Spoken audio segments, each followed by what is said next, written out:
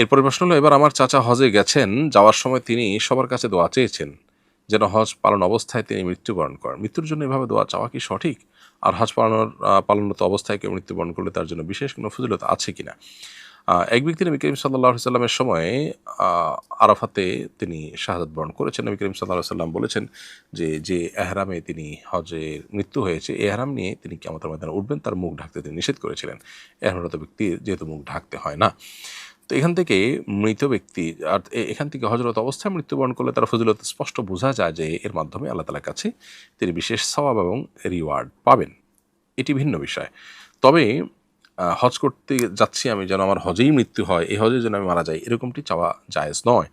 কারণ এটা মৃত্যু কামনা করার শামিল। বিধায় উম আমার এইবারই যেন মৃত্যু হয়ে যায়, এরকমটি দোয়া করা উচিত না। তবে হ্যাঁ, আল্লাহ আমি নেক আমল করতে, করতে হজে সিজদারত অবস্থায় যেন আমার মৃত্যু হয়, এরকম জেনারেল দোয়া করা যেতে পারে। কারণ যে ব্যক্তি হজরত অবস্থায় মারা যাবে সে তালবিয়া পাঠ করতে, করতে কিয়ামতের ময়দানে আল্লাহর সামনে উঠবেন।